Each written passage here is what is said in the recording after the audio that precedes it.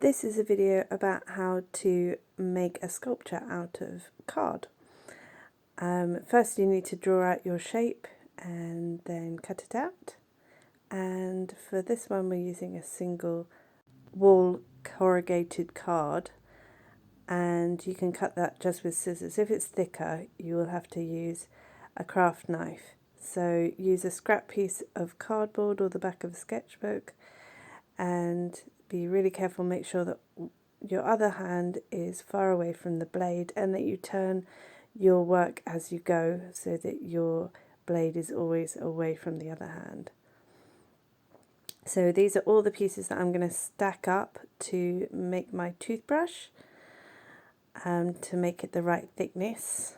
You might want to do this differently. You could do it up on its end around the sides, but I found this the quickest way to do it.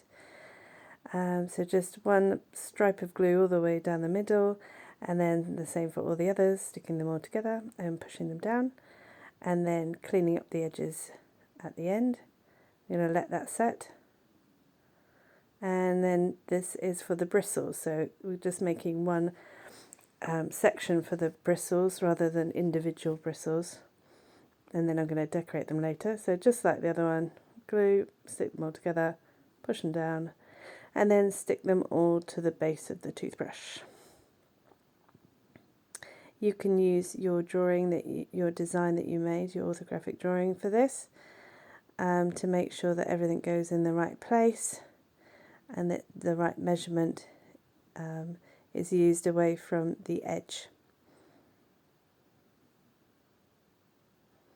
Okay, so you're going to have to let that dry so that it's not all moving around for when you start to add the white layer. Now you can paint all of your cardboard, but you'd have to use a really thick paint like an emulsion or an acrylic, and it might go into the gaps in the side. So I'm just going to cover the whole thing with paper. So I've drawn around the whole thing, and I've just got sheets for all of the top and the underside, and then I just need to cover all of the curved edge, and I'm going to do that with kind of like a paper mache. So I've cut some strips of paper, I've mixed up some water with PVA glue. There are lots of ways that you can make other types of glue. You might want to investigate that at home if you haven't got any PVA. You can make it with flour and water. You can have a look up on the internet if you want.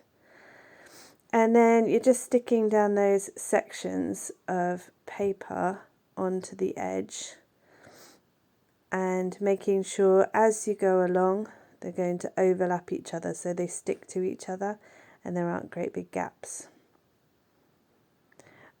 If the angles that you are trying to cover are too acute, then you're going to have to cut the paper down so it's a thinner strip. If you carry on watching, you'll be able to see how I've done that in some of the sections as you go around the edge and on the bristle part.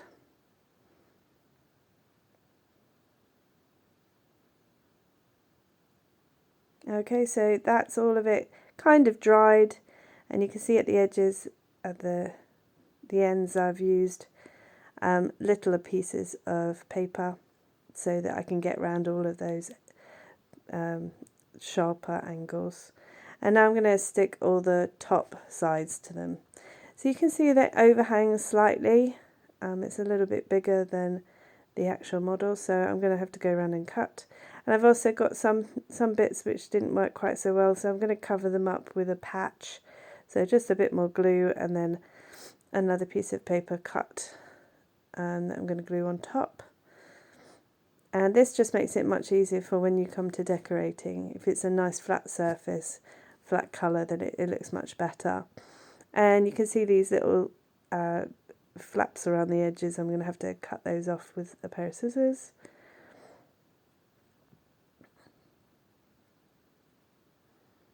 And you can go all the way around. You can use a craft knife for this if you want to. It's just a little bit more difficult. And you can even put a little bit more glue underneath them and then press them over the edge. Or you could have just cut them a little bit smaller and then it would have been fine. Okay, so the same thing all the way around. And then you should be left with just a white sculpture that you can then decorate in the style of Katherine Morling.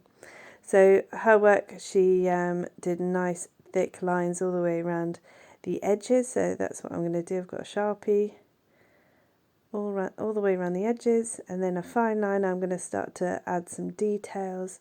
So the bristles, I'm going to draw lines all the way around the top, and then little circles for the bristles and a decorative line around the edge as well. So you can see there is my toothbrush sculpture in the style of Katherine Morling.